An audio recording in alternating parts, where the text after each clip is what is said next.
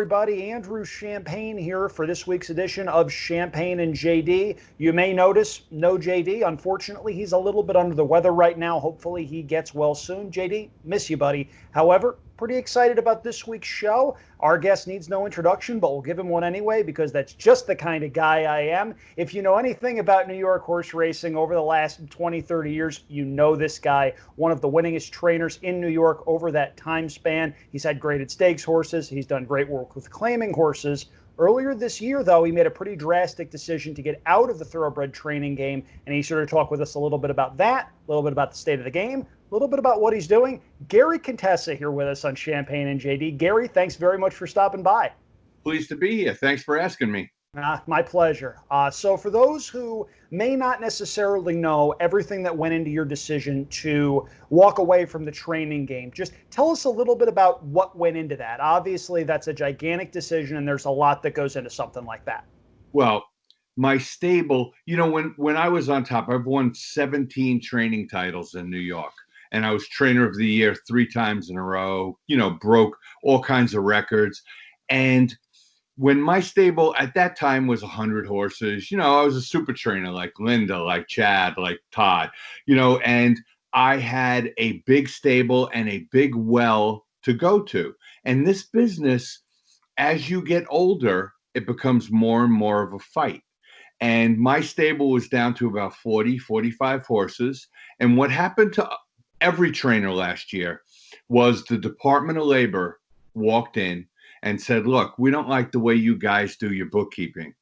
And we want you to throw your old ways out the window. And this is how you're going to have to do it. Well, that's fine. And, nobody was trying to do anything wrong, but your average trainer, and I'm speaking for my peers, and I'm sure there are guys, at the top of their game that are getting a lot more. Your average trainer is getting about $100 a day to train a horse. And what happens is it costs you probably $110 a day to train a horse, but you don't mind losing money because you just make it up on the racing side. So instead of making 10%, you make an 8, or you make it 7, or you make it 6. But if you have a pretty decent stable, you're going to make up the difference.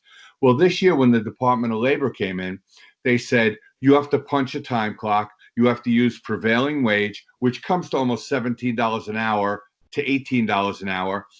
And then they gave us a whole new set of rules about how we had to treat guys that were running horses and time and a half. And I said, okay, we're going to try this. January 1st, we're going to go to a punch in a time clock. January and February, now my day rate is $100 a day. My payroll alone by punching a time clock came out to $105 a day. To that, you have to add $25 a day to feed a horse and probably another $5 to $10 a day in incidentals, office staff, computers, telephones, all the things you need to be a horse trainer, bookkeeper, everything. So it was I was faced with a decision of raising my day rate to almost $140 a day, which is never going to fly, or cutting corners, which is never going to fly for Gary Contessa. I can't do it that way. I'm not going to eliminate a night watchman. Horses need night watchmen, day watchmen. We had a full-time physical therapist. If I started cutting the payroll to what I had to do to survive the way the Department of Labor wanted me to survive, I would have to train horses in a way that I could not accept. So I decided this is a good time for me to move on. My wife is very sick with Lyme's disease. It would give me a chance to be home more for her. And I'm not leaving the business. I'm just leaving training horses. And that was my decision. My decision was based on my inability to continue to train horses at the level that I can live with without cutting corners. And I couldn't do it. So it was a no-brainer. The decision was made for me. Right. And just in case you're just tuning into this discussion and you're shocked at the business side of the horse racing game, there's a lot that goes into that. Even last year or the year before, the controversy about H-1B visas. You were one of the trainers that came out and went on record and said, no person in America wants this job. There's a lot that goes into the things that you do, the things all trainers do, the things all exercise riders do, the things all grooms do, that may not necessarily get noticed by the average horse racing fan. And it's incredibly vital in these times when things are hard for a lot of different people, trainers especially. You were not the only trainer that left, and we'll talk a little bit about that. But how important is it for people to get that full picture of just what people are going through on the backside, and not just saying, oh, they show up in fancy suits in the afternoon, they get their pictures taken, they go home? Listen, we show up in fancy suits because J.C. Penney sells nice looking suits. Well, it's a great business, but you'd be surprised at the struggles behind. There are a couple of people at the top, and when I was at the top, I was one of them. But when you're not at the top of the game, you're struggling day to day, and you're working 14, 15-hour days. And at the end of the month, you look at the stat sheets and you're losing money. It's a very difficult business to survive. Finding help right now is almost impossible because American help doesn't want to do horses.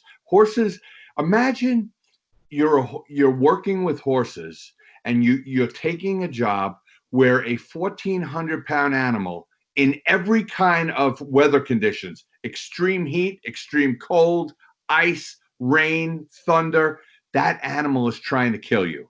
And that's the job for a groom, a hot walker, an exercise boy, a very powerful animal who has the ability to kill you if he wants to. And quite often they try to. And it's not the most romantic job for somebody that's in the United States. In the United States, right now, you have opportunities. It's a very prosperous country. So you have opportunities to not have to get killed by a 1,400-pound racehorse and have a job in an industry where you can make a lot of money. I mean, this is a very good country. So American people don't wake up anymore and say, I want to be a horse trainer, or I want to be a horse groom, or I want to be a horse exercise rider or a hot walker. It just doesn't happen anymore. So we count on the H-2B visas, which, by the way, are on hold because of both COVID and our president's desire to keep a lot of immigrants out of the country. So that whole program is kind of on hold right now, and nobody in New York has enough help. So it's a really difficult situation for everybody, and there's a lot of struggling going on right now. No kidding. I mean, it's really easy to be doing well when you're winning 2 or 3 races a day, you're winning graded stakes races, you're flipping horses off the claim. You can start going 0 for 10, 0 for 15, 0 for 20.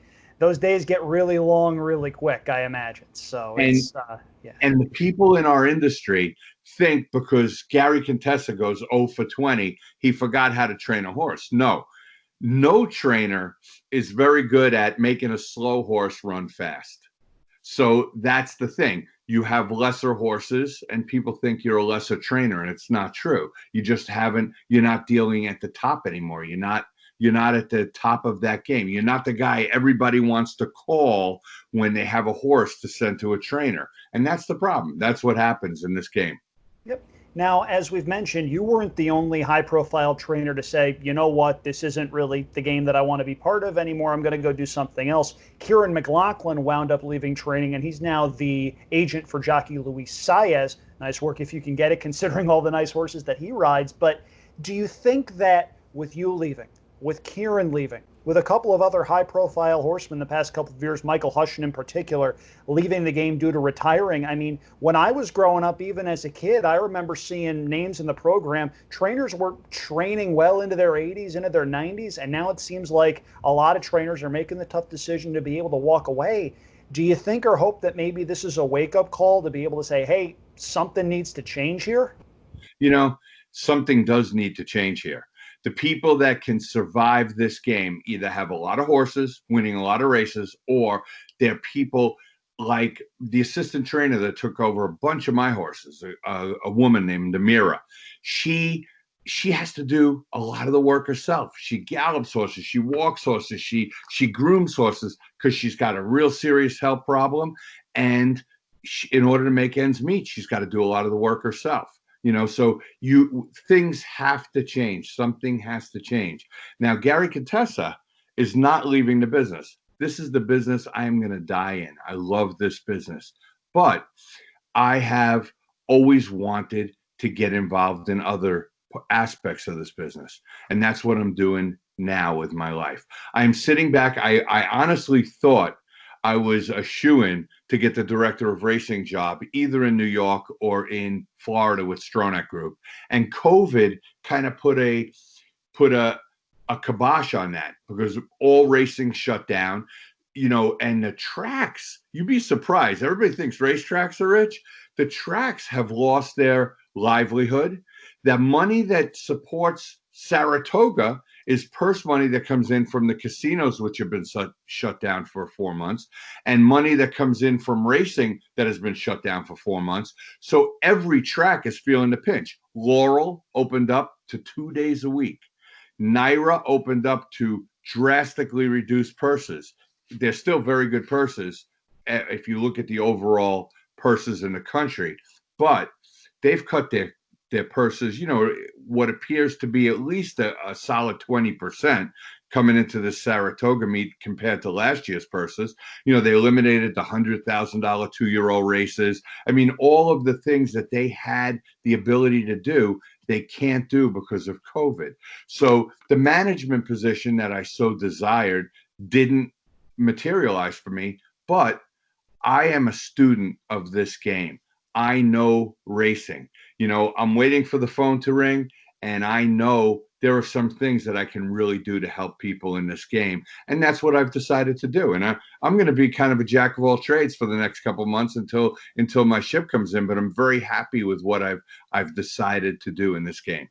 Well, that acts as a pretty good segue to the rest of the conversation then. Tell us a little bit about some of the work you've been doing, specifically the last couple of months, with sales starting to ramp back up and horses and horse owners getting back to work a little bit as far as the sales are concerned.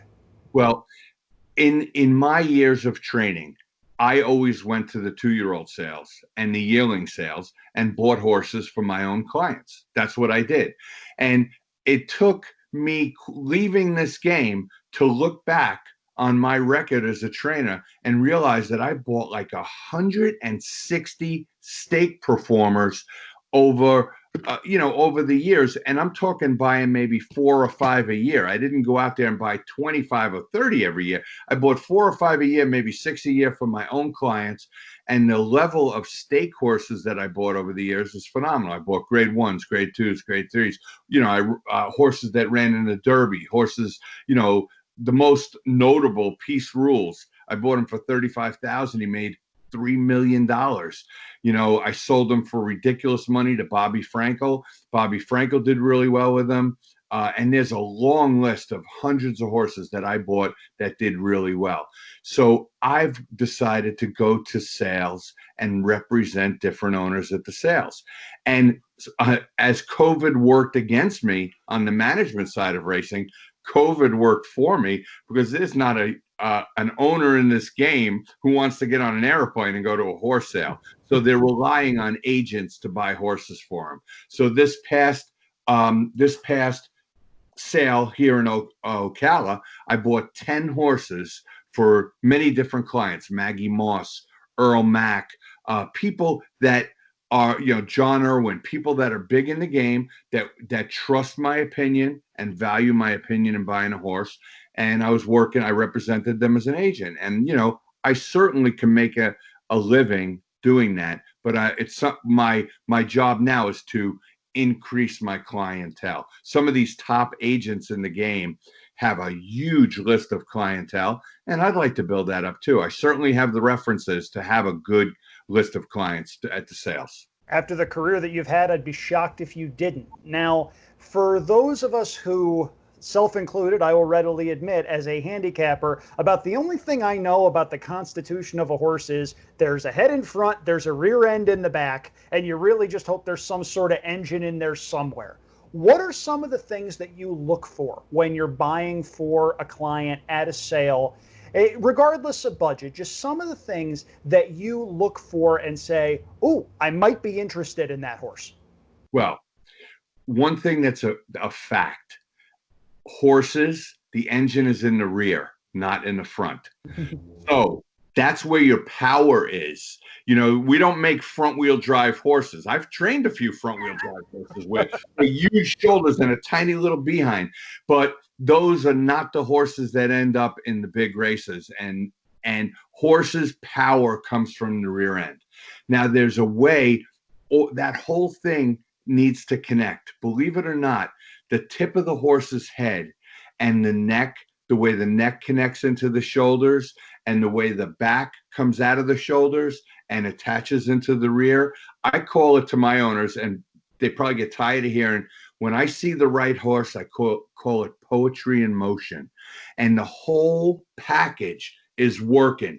The head is coming down as the power is going forward. And that horse, I'm looking for a horse. If I'm at a 2-year-old sale, I'm looking for a way a horse hits the ground.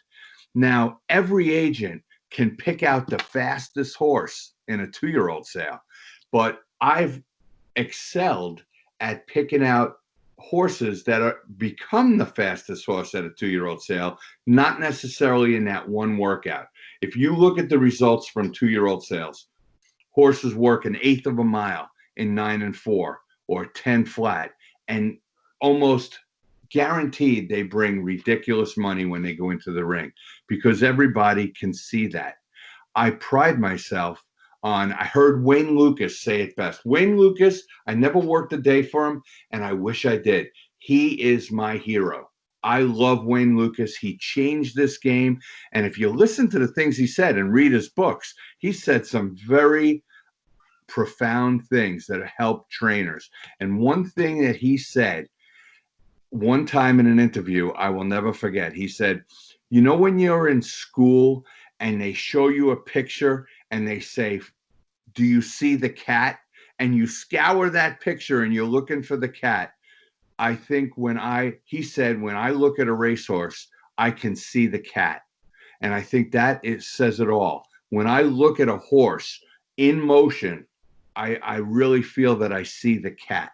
And it's just an incredible thing. It all ties in together because we're in a game of microseconds. If you ever want to take a stopwatch and just hit it on off as quick as you can, most people cannot click on and click off in less than a fifth of a second.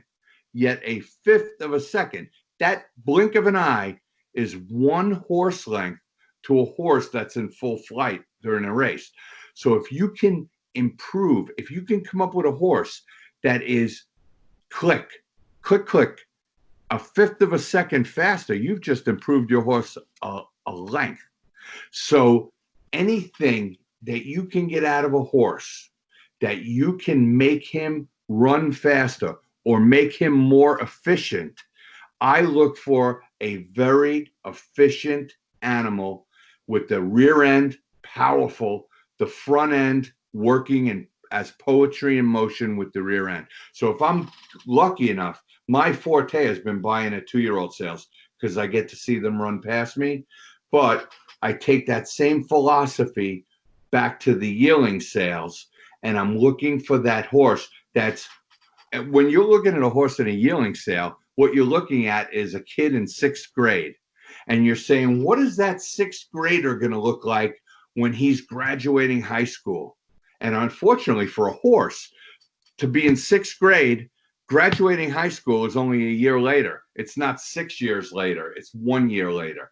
So I'm looking at that yearling and I'm finding everything in the right place. And I'm watching that horse walk as poetry in motion. And I'm saying, you know what? That yearling is going to be a great looking 2-year-old. And that's what we're looking for. And everybody who does what I do is wrong sometimes. We're all wrong. There is no doubt. You look at the biggest buyers of horses in the world. Perfect example. Look at a maiden 25,000 claimer in New York in September. And Chad's got one in there that they paid $600,000 for. Todd's got one in there they paid $800,000 for, running for $25,000 claiming. Linda, everybody, because nobody. One thing we can't measure You can have the most beautiful body, the most beautiful behind, the most beautiful shoulder, but we've never come up with a way to test how much desire that horse has. And quite often, a horse that has everything in the right place, just like a human who is the most perfect specimen of athlete, sometimes they just don't have the desire to be the greatest. You have to want it. So if we could ever measure desire in a horse that we bought, I'd be the greatest agent in the world. Everybody would want me. But I get all the right pieces and hope that the desire matches everything that horse has.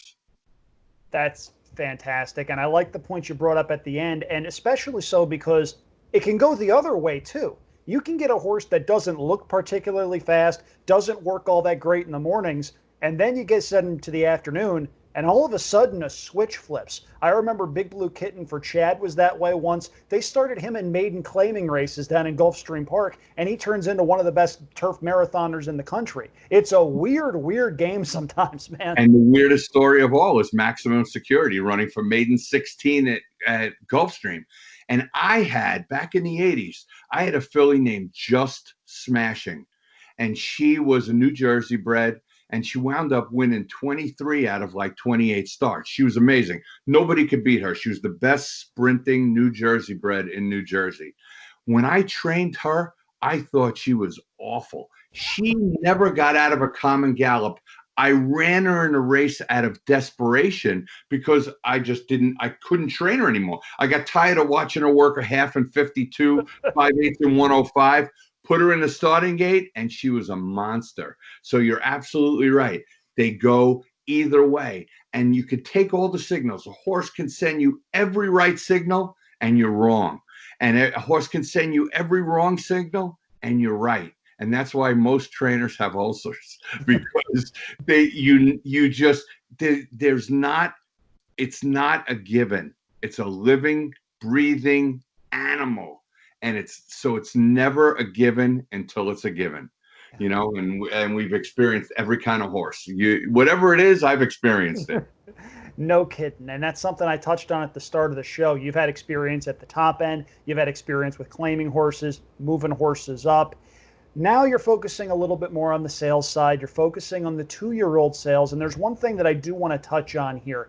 Do you think there are some aspects of the 2-year-old sales that may be shifting the way horses are bred, the way they're campaigned? Because it seems like every 2-year-old sale, we see one horse work a hole in the wind, sell for millions and millions of dollars, and then run 4 or 5 times because they're fast, but they're not necessarily built for soundness, when the big thing for some owners and some breeders who are commercial breeders is sending them 1/8 of a mile at a 2-year-old sale. So speak to me a little bit about some of your opinions on that, because that's something I'm genuinely very curious in. I don't have the money to buy horses. I don't think I'll ever have the money to buy horses, but it's something I've taken a look at because I've covered a couple of sales.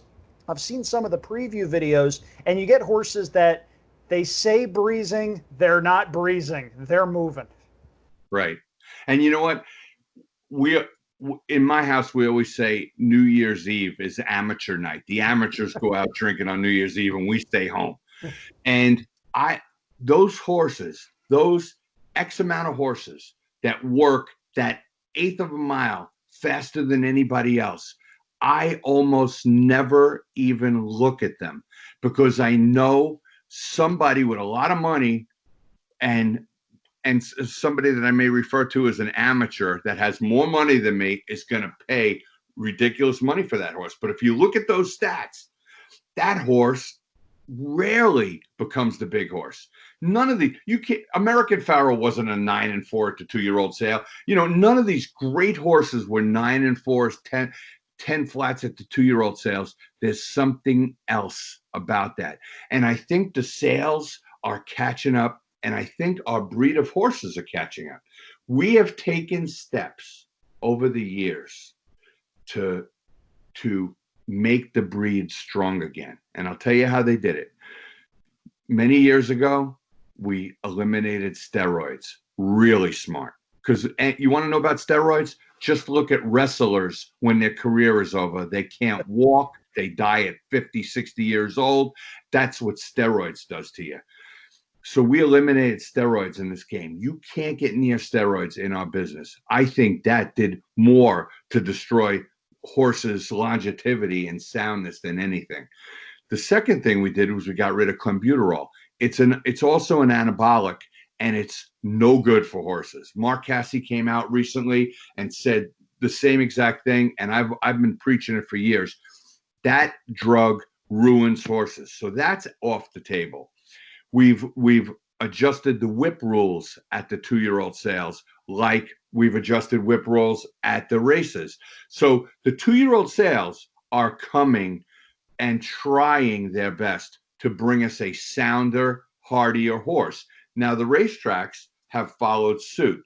Unfortunately, not all of them. The racetracks have followed suit, and the big boys all jumped together and said no Lasix for 2-year-olds. Next year, no Lasix for 2-year-olds, no Lasix for graded stakes.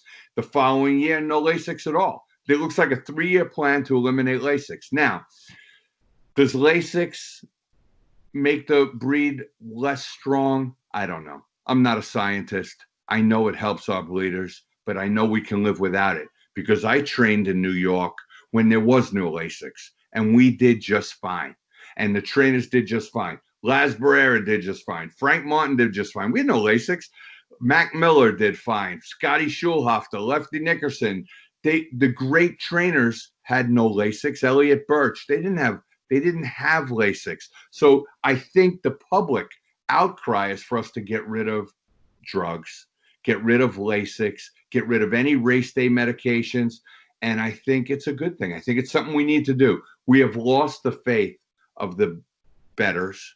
We've lost the faith of the public, and eliminating drugs in this business is a big step forward to regaining that faith of the horse fan. Yeah.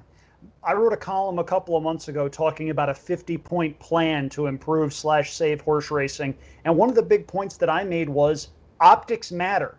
Look like you care about the image of the sport that you're a part of. And as we found out over the last couple of months with certain actions from the Federal Bureau of Investigation, we can say alleged actions, whatever you want to call them, there are influences and interests in this game that aren't necessarily productive. And that's something that I think we do really well to remember, is the fact that, hey, the way we look to the people we need to win over, it matters. Because if they come out once, they see a horse break down, they might not come back. And that's a chance that we can't take when we need to cultivate new fans in order to grow this great game. I've loved this game since I was a kid in upstate New York, going to this place back here since the time I was old enough to walk. I have jockey autographs dating back to the mid-90s. Love the game, want to see it thrive.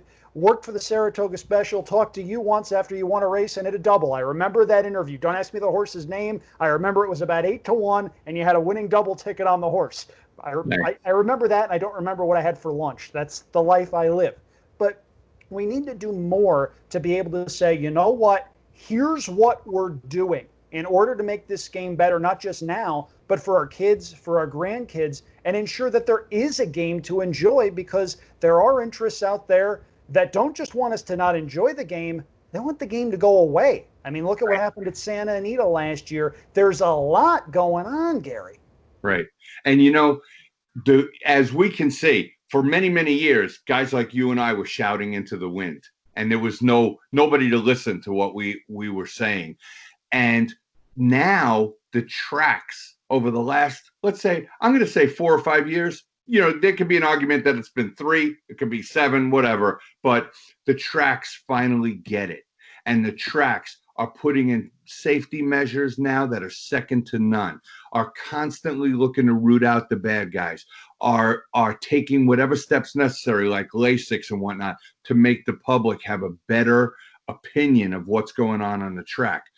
But I think what's lacking is across the board rules and regulations. The problem we have today, and we haven't been able to fix this yet, but I wrote an article about this, and it went in the Pollock Report in the Racing Forum a couple of years ago. Every sport, baseball, hockey, football, they have a commissioner. And the reason they have a commissioner is, and the perfect example is baseball, that Alex Rodriguez gets his punishment, and he gets the same punishment as some schlub does in AAA for the exact same thing. Because there's a commissioner, there's rules, and there's no arguing what the rules are. That's the rules, and that's the way it's going to be. And the problem with racing is every state makes their own rules. So if a trainer in New York wants to run a horse in Delaware, and the race is 2 weeks from now, he needs to call a veterinarian in Delaware and find out, is this okay? What can we use? Can we do this? Can we do that? Can we do this? Because the rules are different. The rules should be the same. If you notice, the guys at Laurel are running their 2-year-olds at Delaware because Delaware still allows Lasix. And it's like, we can't have that. We need absolute transparency to the fans, because we are a sports venue, no different than football. We probably handle more money than football, or it's close. I don't know the actual numbers. Baseball, hockey. I go to hockey games all the time. When the commissioner shows up, it's a resounding boo. Everybody hates that poor thing. That's okay. That's okay, because more than likely, everybody would hate the commissioner of racing as well, because there's what you can't have. And I think Baffert is one of the great guys in this game. And this is not meant as an affront to him in any way. I think he's a sensational guy, and he's done so much for this game. But let's face it, this is an easy example to make. You can't have Baffert having a problem and being judged by the head of the California Racing Board and have that man own horses that are trained by Baffert. Yeah. And that's what happened. That's what happened this year. If there was a racing commission, the racing commission would deal with all of that. We still need stewards. We still need state-by-state rules and regulations that are upheld by stewards. But the big stuff should be blanketed across the United States so that it's completely transparent and rules are rules. This is what happens. Poor Tom Amos a few years ago, he had a positive in Louisiana for a drug, and I don't really remember which drug it was. It might have been Robaxin, but that he got a 3 or 6 month suspension, and that same drug in New York would have been a 7-day suspension. Come on, 6 months or 7 days. There has to be a blanketed rule. It has to be the same for everyone. And that's the biggest problem we face in racing today, is that every state has their own rules, and there's been a tremendous inability, and I'm going to keep shouting into the wind about this, to embrace the possibility of having a racing commission. And it doesn't have to be a lot of money. You're talking about 4 or 5 guys in an office somewhere dealing with the major stuff, dealing with the TV contracts, dealing with the major stuff that happens with positives and whatnot, dealing out penalties, helping the racetracks get things together and make sound decisions. And if all the racetracks chipped in just a little bit each, they'd be able to cover that payroll, and we'd have a racing commission, because no other sport out there survives without a commission. And we're the only one that does. And it's crazy. Florida doesn't even have a racing commission. They don't have anybody making rules down there. And New York has the state gaming board, but I've been with the state gaming board. And, I was asked to come in and do a discussion on Lasix about 4 or 5 years ago at the state gaming board. And I'm talking to a bunch of guys that really don't understand Lasix, and I'm trying to educate them and talk to them at the same time. We just need, I think that would be the ultimate final transparency for horse racing. And that's just the world according to Gary Contessa. I hear you. And my thing is, whenever you bring up a racing commission to anybody, including a bunch of people in the game, they'll say, well, there are certain things here that are different than things from there, whatever. That's fine. You cross that bridge when you get there. If we can handle the big stuff, I think a lot of the little stuff will fall in line, and we'll be in a position to where if stuff comes up that we don't foresee, you know what? We've got a commission right over there. Hopefully we've picked the right people to be a part of it, and we'll see what happens, because Right. it's really strange when you get certain ideas like that, you know what, if it works, fantastic, and we're good. If it doesn't work, we tried. And you get people in the industry, and this is something that I've complained about on a couple of different podcasts, mine, a couple of friends. You get people who say, we want to grow the game. We want to grow the game. We want to grow the game. Somebody comes in with an idea, and immediately when it requires some sort of short-term sacrifice, their tune changes to, you want us to do what? You're right. There's a bunch of different things that we could potentially, throw out there. Innovations in marketing, innovations in gambling. The fact that Stable Duel took 2 years to launch and had to pull NYRA contests a couple of weeks ago. There's a lot of that going on, and there's a lot of people whose hands are dirty as a result of that. It just, why are we doing this and making things so much harder than they have to be? Right. You're absolutely right. And you know what? No matter who you are in life, you have to be willing to fail and accept failure in order to succeed. And there's so many things I think this game could do to improve itself, and especially to improve its self-image. So, but you're right. You're right. As soon as you come to that realization, you always have people saying, you expect us to do what? It's like Kentucky filing a lawsuit against the commission to not get rid of laces. This decision's been made. It's the right decision for transparency and for the public, but you're right. Somebody's always looking to change things. Yeah. And there's a lot of things that we could potentially get into, but I don't want to keep you here for 6 hours. We'll have to have you on at some point when our buddy JD Fox is back. But one thing I do want to ask about before I let you go here, you're in upstate New York right now. Saratoga's going on. No fans, a lot of things that we're not used to seeing, a lot of things we're used to seeing that aren't there.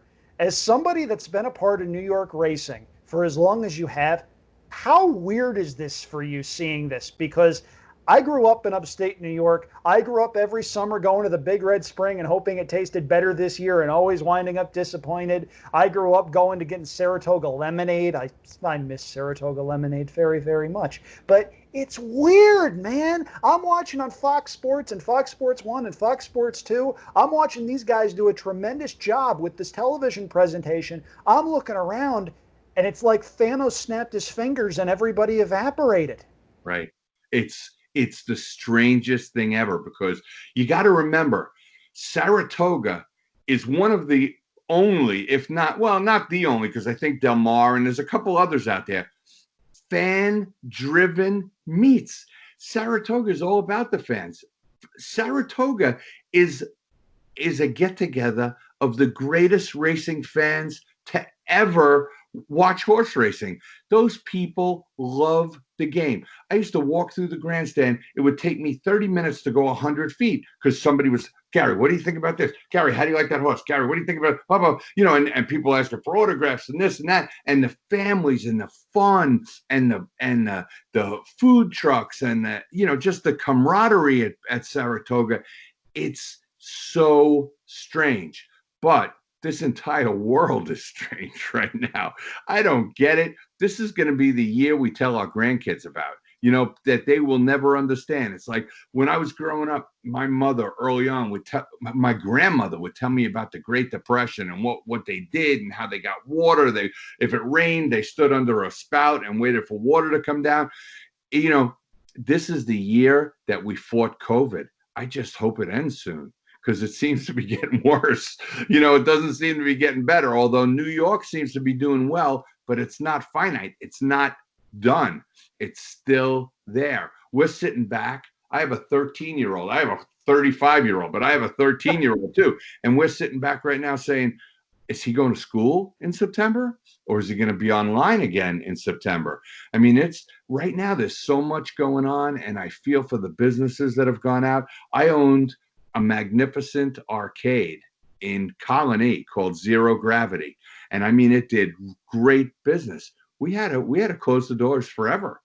We could not survive COVID because an arcade, imagine it's laser tag and kids, shoulder to shoulder and whatnot, we might be another year before they allow something like that to open. Yeah. So I feel for the people. A lot of restaurants have gone under. If you drive through any town, a lot of places have closed. A lot of people could not survive this, and I'm really sorry for that. But I'm really sorry for losing the fans at Saratoga, man. Surely, as big as Saratoga is, even if we had a lottery to let in 500 people a day and separate them socially, I mean, I'd love to see another way, but the decision's been made. No fans, and it is weird. It's the word for me is eerie. It's eerie, Saratoga with nobody there. It's just so strange because it is truly a fan-driven meet. Yep.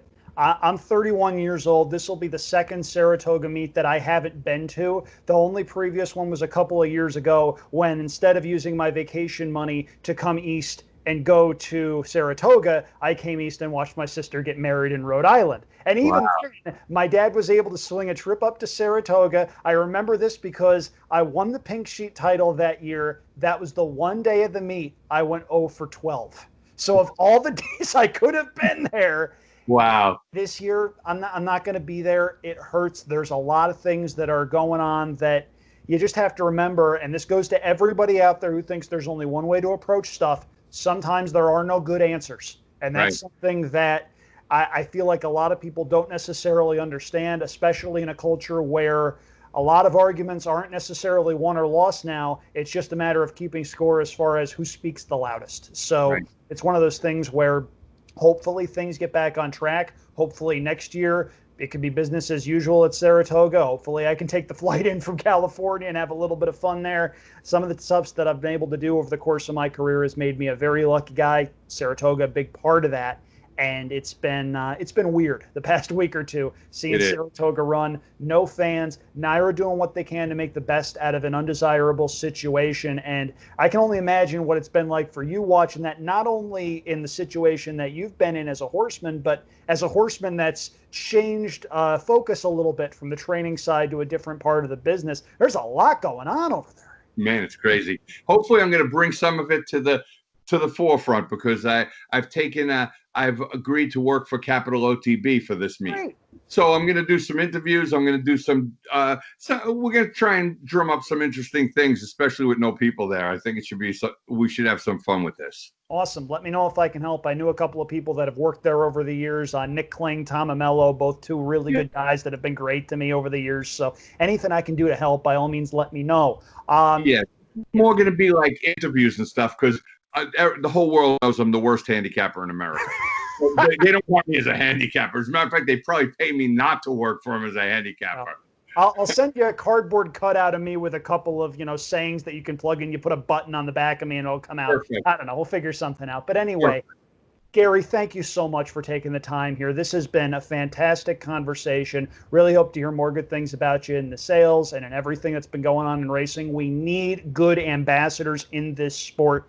If you use the word racing ambassador, if that's a two-word term in a dictionary, your picture's there for everything you've been doing, everything you've been trying to do to drum up interest in this game over the years. Know that it hasn't gone unnoticed, and know how appreciative we are to have you on this show. Really quickly, where can people find you? Where can people find more about what you're doing? Plug whatever you want. Okay. Well, you can find me at GaryContessa.com. You can find me at, let's see. I'm on Instagram at Gary Contessa, Twitter at Gary Contessa. So just keep plugging away at Gary Contessa and you will find me. And I have no problem with people knowing my email address, which is on all three sites, and it's gcc1313 at AOL.com. So I'm always available to answer a question or help a guy out or anything they like, because I'm not leaving the business. I'm just not going to be training. And you know what? I've had Kenny McPeak ask me to help him up at Saratoga. I've had 3 or 4 other people ask me to help him. So I just might show up in a paddock one of these days and saddle a horse too. I'll keep a lookout for you, Gary. Okay. Thank you so much. This has been a lot of fun. Really hope everybody out there enjoys this as much as I did. Okay. Pleasure. Thank you. Gary Contessa, ladies and gentlemen. You can find him literally anywhere online. That'll conclude today's show. For my partner, JD Fox, who unfortunately was under the weather. JD, feel better. I'm Andrew Champagne signing off. Best of luck on all your wagers. We'll end the show the same way we end all the shows. If you're out there, stay off the beaches.